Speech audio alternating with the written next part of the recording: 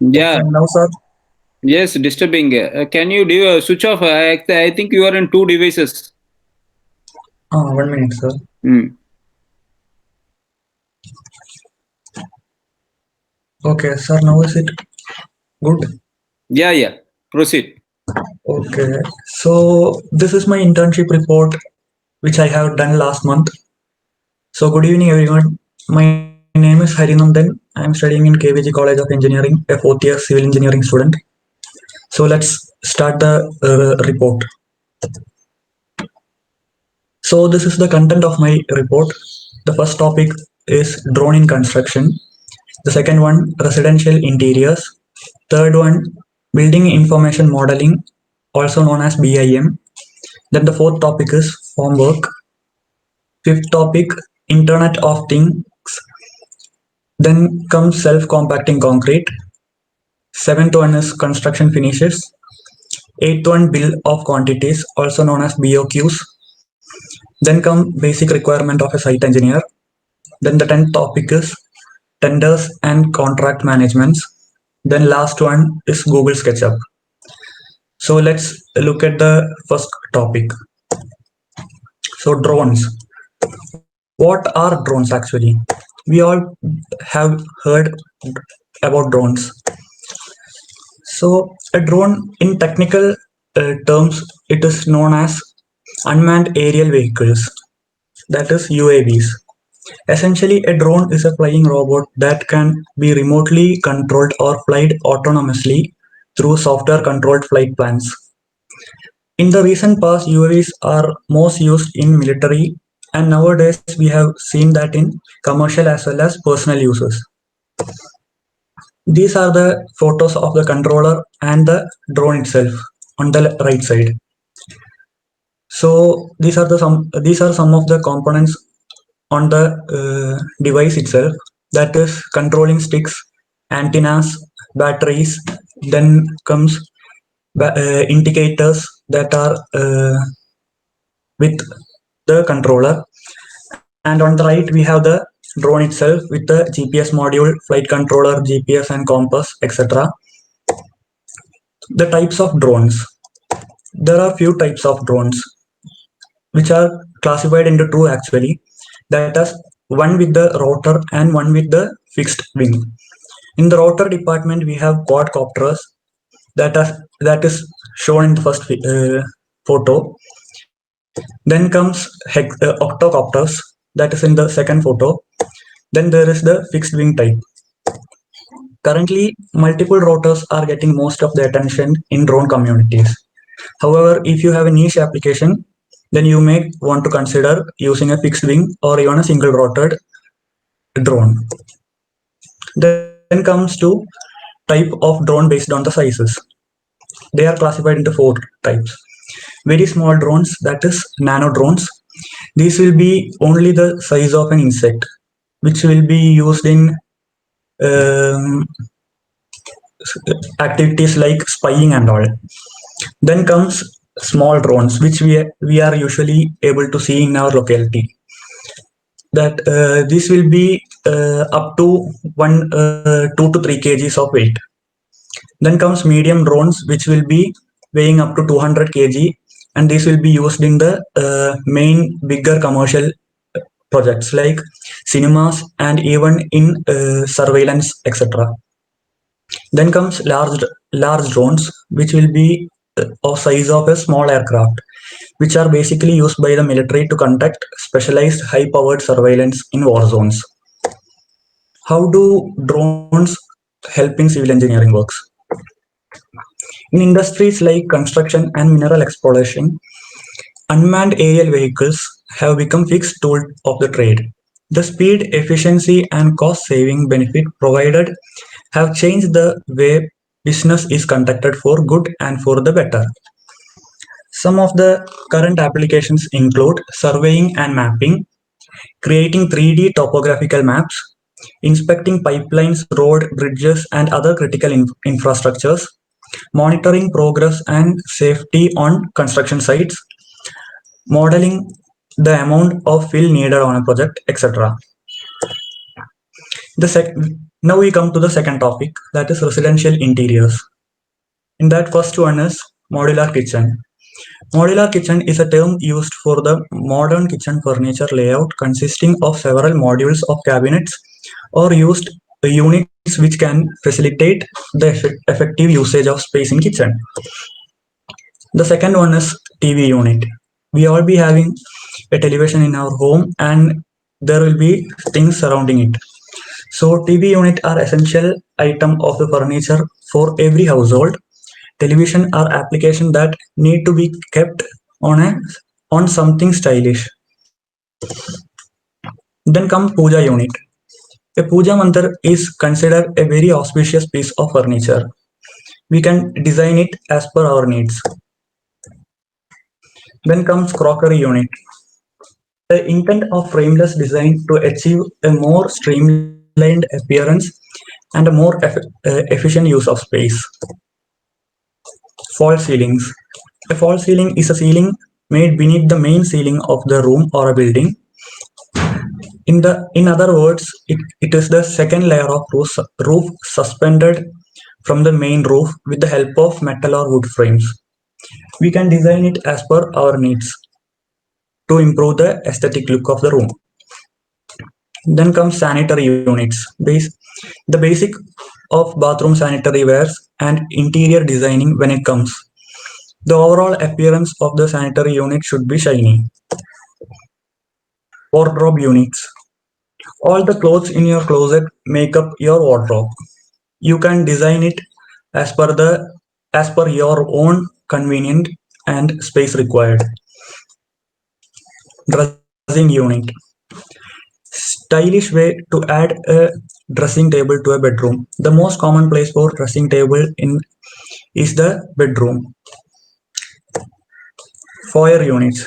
These are basically cupboards which are kept to in the entrance area to keep our shoes, etc. Now we come to the third topic, that is building information modeling, also called as BIM.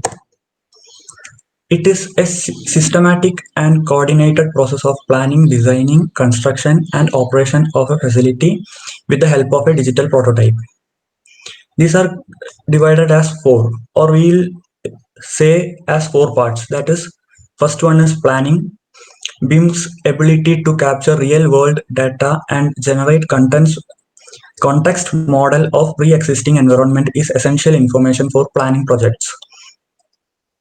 Then comes designing. During this phase, the conceptual design, analysis, detailing, and documentation are performed. The pre-construction process begins using BIM data to inform scheduling and logistics. Then comes building. During this phase, fabrication begins using BIM specifications. Then comes operate. BIM data carries over the operation and maintenance of finished assets.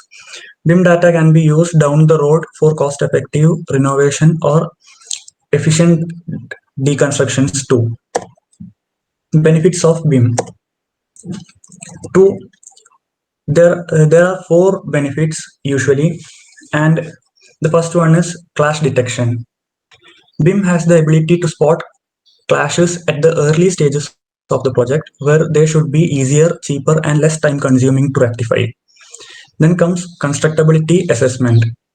Integrating BIM with 4D CAD simulation model allow the evaluation of design and constructability value faster and more accurate. Then comes better analytics. Integrating BIM model of construction project with building designs, data, and analytic helps company make data-driven decision to stay efficient. Then comes 4D and 5D modeling.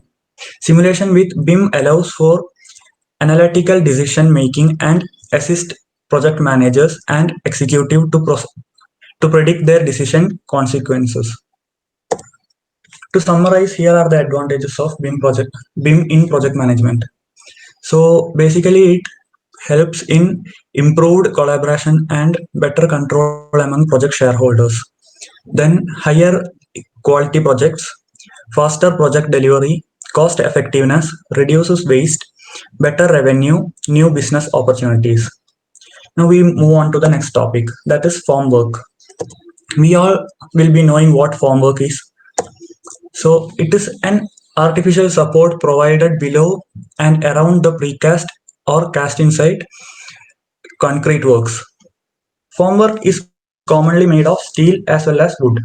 We basically have been seeing steel so much in our life right now. So formwork construction and casting is a prime important in concrete industries. It shares a significant amount of concrete cost up to 25%. When the concrete has reached its certain required strength, the form is no longer needed and will be removed. Types of formwork. As we said, steel formwork and wooden formwork, and their different types. Then there are specific qualities needed for a formwork. They are, it should be according to IS 456 2000. It should be practically waterproof so that it should not absorb water from the concrete. It should be strong. It should be cheaper and reusable. It should be according to the size of the member. It should be with a minimum shrinkage value. It should be stiff enough against the deflection or buckling under the load. Its contact surface should be uniform and its weight should be light. Then the fifth topic is Internet of Things, also known as IoT. So Internet of Things describe the network of physical objects, things that are embedded with sensors, software, and other technologies for the purpose of collecting and exchanging data with other devices and system over the internet. Basically, what this is this will help the civil engineering work to be easier with the use of newer technologies, that is software or hardware. So these are having four different parts. First one being sensors, which will help to collect minute data from the surrounding environment. Then comes connectivities. The data collected from the sensors will be then transformed to a cloud through various medium of communication such as cellular network, satellite network, Wi-Fi, etc. Then the third one being data processing. The collected data will be processed in the way we wanted the program to function in. And the last one being user interface. The program function should be presented to the common people in a way that it should be easily understood. Then we move on to the sixth topic, that is self-compacting concrete. As the name suggests, self-consolidating concrete is a highly flowable, non-segregating concrete that is placed by means of its own weight without the need of any mechanical vibration. The importance of self-compacting concrete is that maintains all concrete durability and characteristics, meeting expected performance requirement. The properties of self-compacting concrete are: it produces resistance to segregation by using mineral fillers or fines and using special admixtures. Then the uses of self-compacting concrete. The self-compacting concrete has been used in bridges or even on precast sections. One of the most remarkable projects built using the self-compacting concrete is Akashi Kaikyo Suspension Bridge.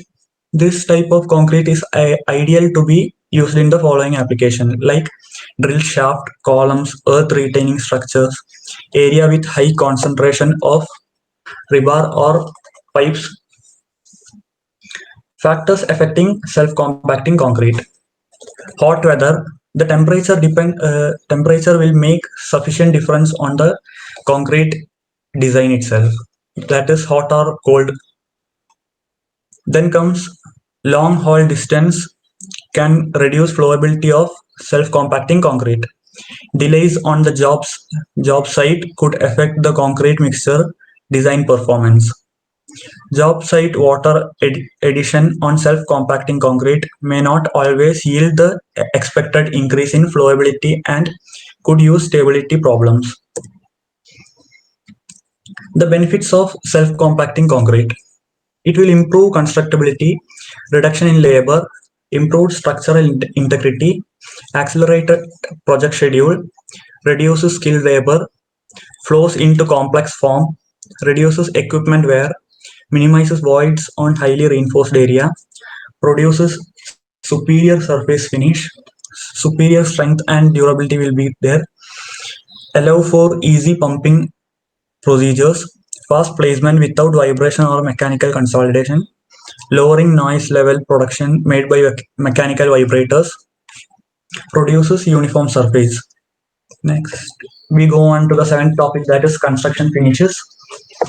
As we know, finishes are used in the final part of the construction process, forming the final surface of an element. They can protect the element from exterior environment such as water, frost, corrosion, abrasion, and so on. Some of them are used even for decorative purposes. So usually we see plastered wall finishes. After mixing the powder with water, it is coated on the wall or board using a trowel. Then the types of plaster finish used in building constructions are smooth cast finish, rough cast finish, sand faced finish, pebble dash finished, scraped finish, textured finish. And nowadays we will see even not plastered brick finishes, such as shown in the second figure here. So brick masonry is a highly durable form of construction. It is built by placing brick in mortar in a systematic manner to construct solid mass that withstand exerted load.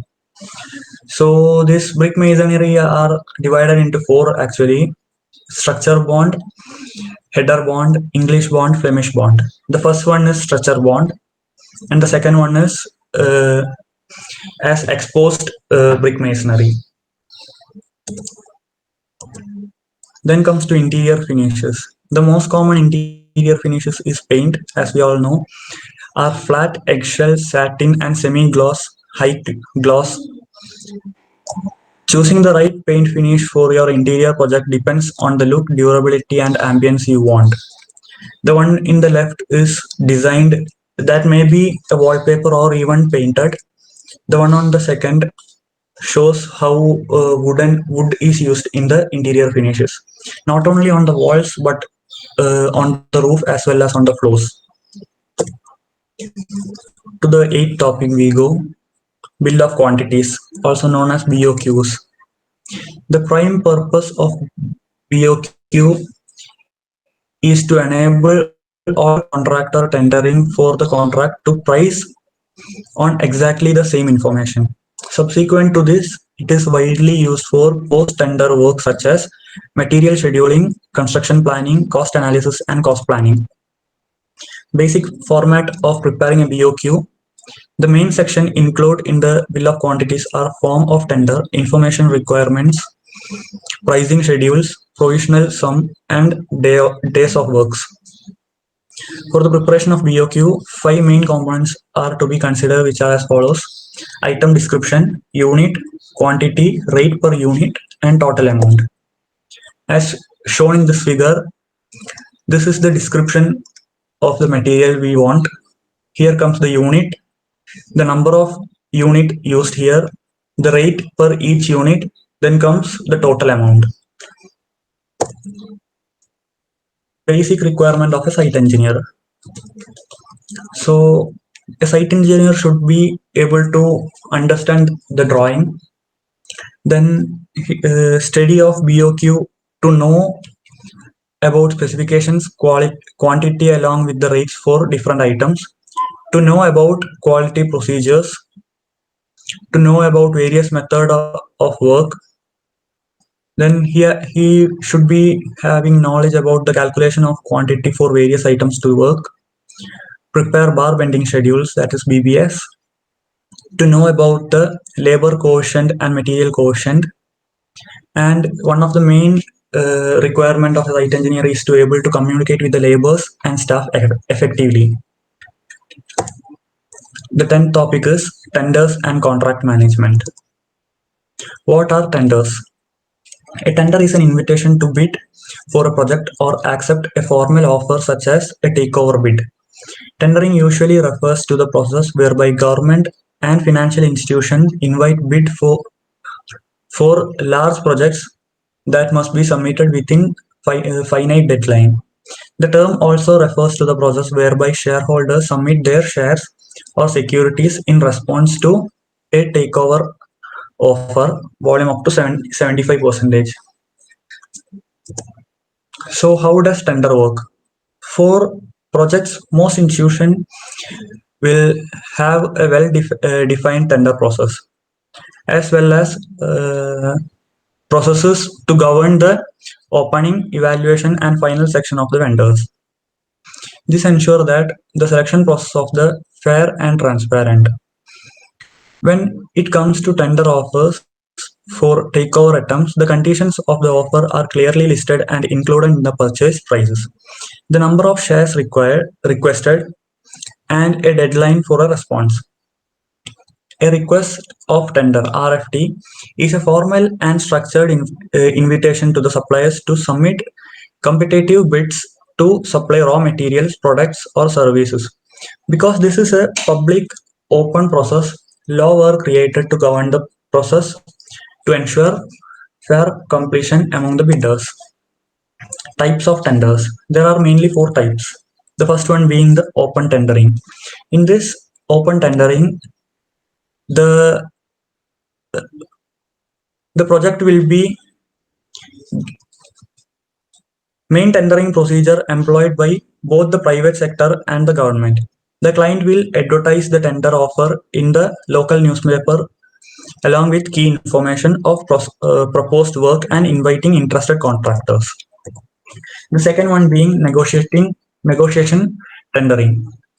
This type of tendering is widely used in engineering and construction industries, commencing from tendering until the resolution of disputes, which comes under the pre-contract negotiation and the post-contract negotiation. Usually, a single contractor is included, but can be scaled into three or more.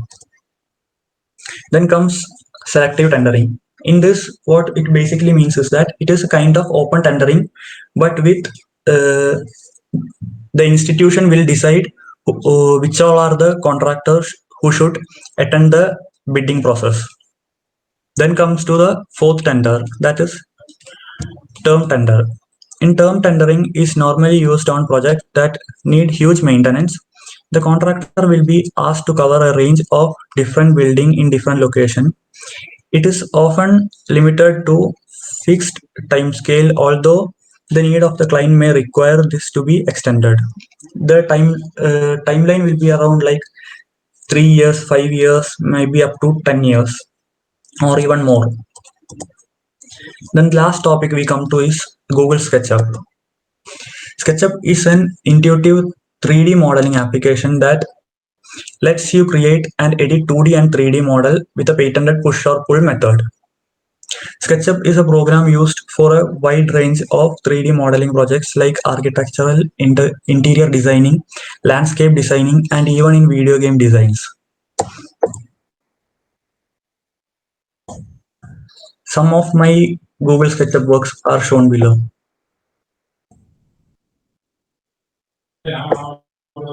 Thank you. Now I hand over to Mr. Ashok Kumar sir.